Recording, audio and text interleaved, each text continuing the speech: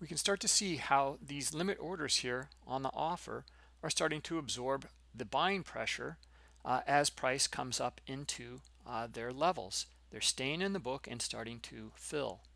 Okay, and we can see that they're layering in at higher levels here, and price continues to trend to the upside, but it's absorbed.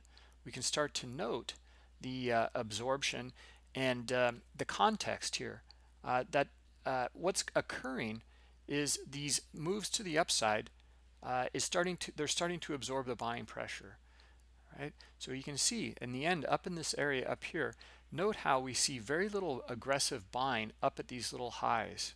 Okay, and that's a little bit different than some of these other areas here where we see more buying at higher levels. Okay, so at this point here, the buying pressure starts to exhaust out, and the sellers come in on the other side and start to move price down. Okay, and we get one more move up into this higher liquidity up here at 28.02. Okay, some of it was absorbed and some of it was pulled. Okay, and let's zoom out a little bit now, because what we're starting to witness is a reversal. Okay, and what's going on here as they're starting to absorb, we're starting to go sideways now. Okay, and we're starting to see sellers come into the market. Okay, and we're starting to see clusters of selling at lower lows. We're breaking some of the swings.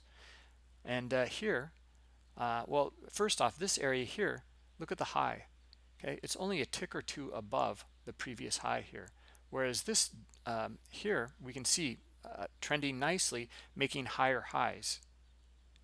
Okay, starting to wane, starting to see deeper pullbacks, starting to see these pullbacks and these swings starting to break. Now we're making over here a lower high.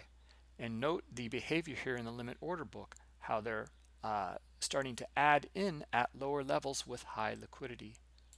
So we're putting together the context of this absorption, some sideways action, structure breaking, and now the more aggression here in that limit order book, and sellers starting to come in.